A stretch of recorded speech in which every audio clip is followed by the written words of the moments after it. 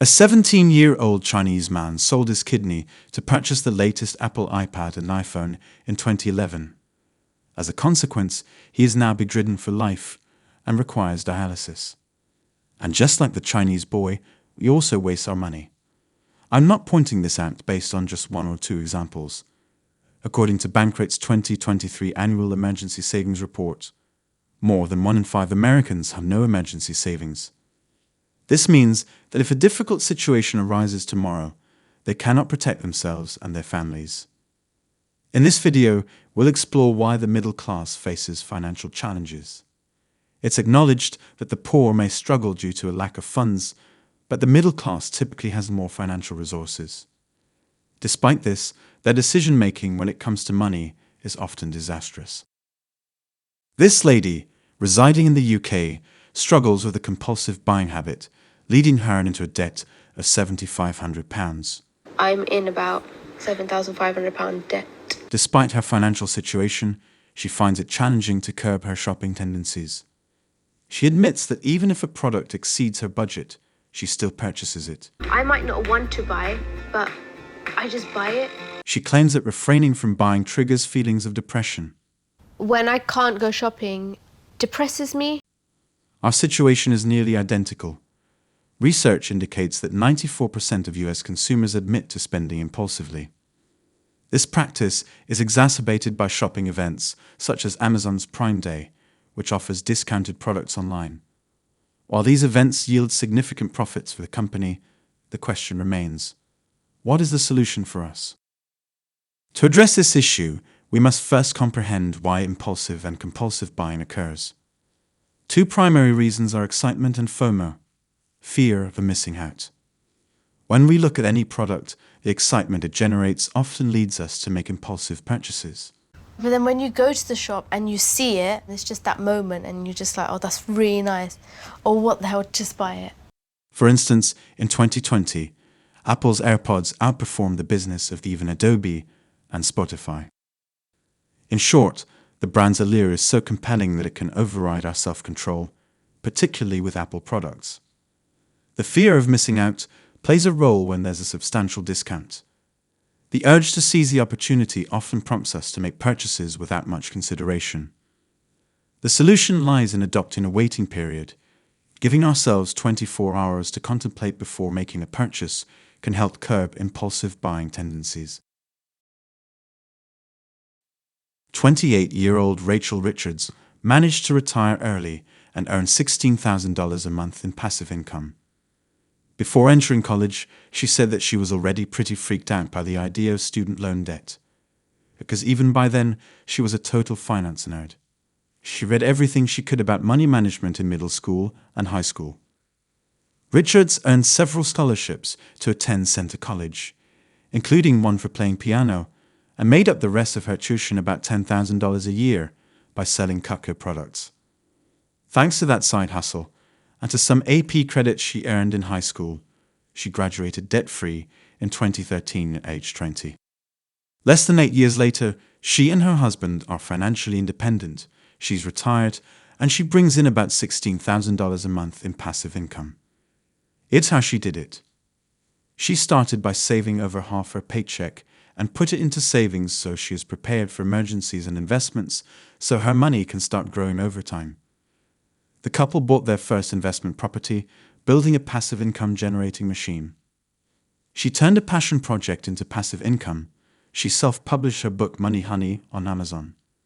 So to reach your major money goals, such as saving for retirement, starting early is key, whereas 51% of middle-income Americans say they can't afford to save for retirement. That's clearly a pretty big problem. If you don't save for retirement, you might really end up struggling financially later in life. That's because Social Security can't be expected to come close to replacing your former paycheck. And with benefit cuts on the table, it's more important than ever to build a nest egg on your own. We'll understand this with an example. Investing young and stopping Saver 1 versus investing later in Life Saver 2. You can see the difference in total invested and total value amount.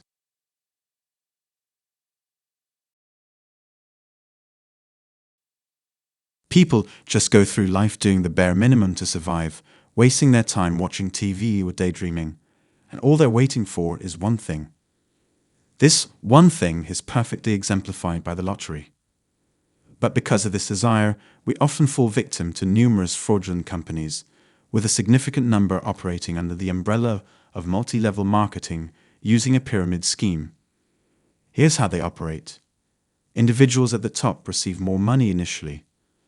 You might be familiar with this. The saddest thing in life is to see your friends becoming successful before you do. This pyramid scheme capitalizes on such feelings.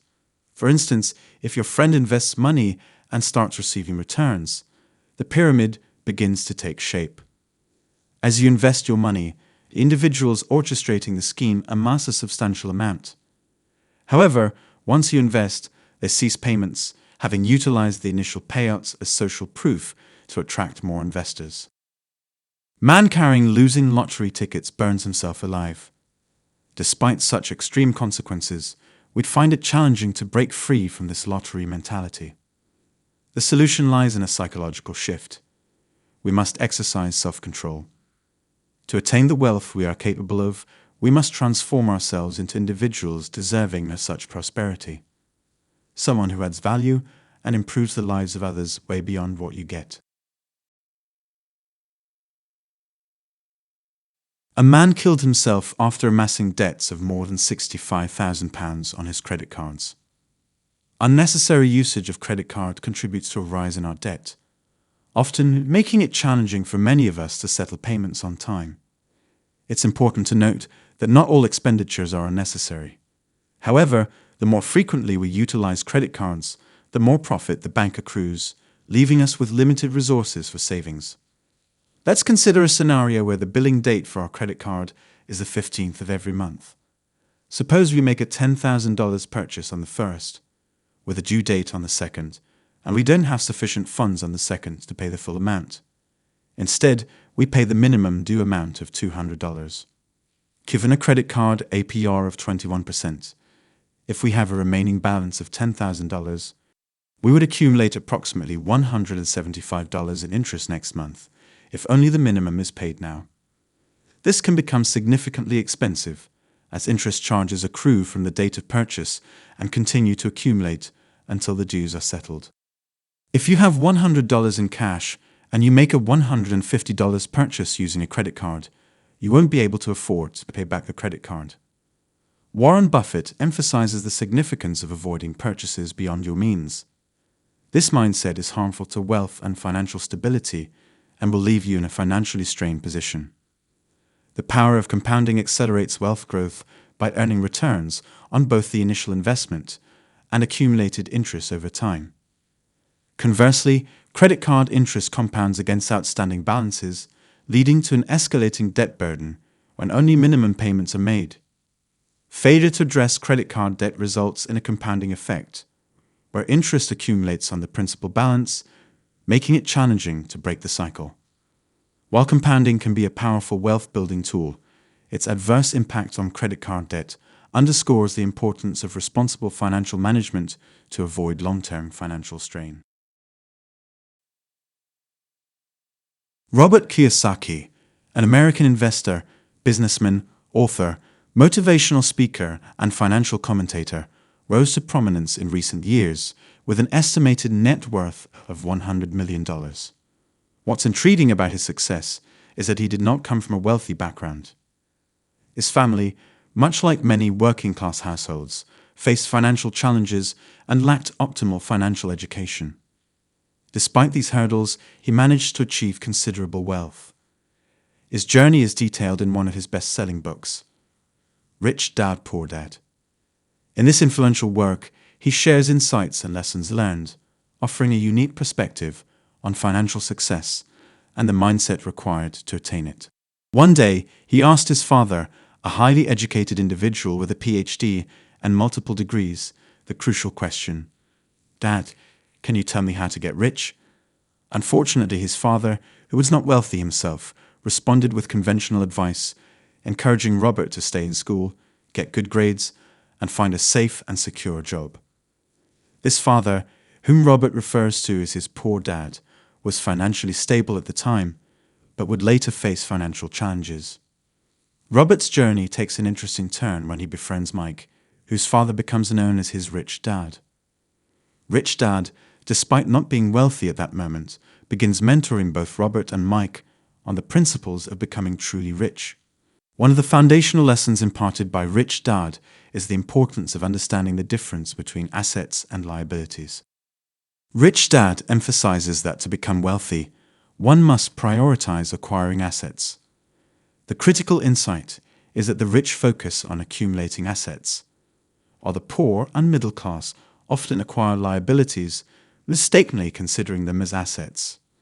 Rich Dad underscores that a lack of awareness regarding this fundamental difference is a primary cause of financial struggle.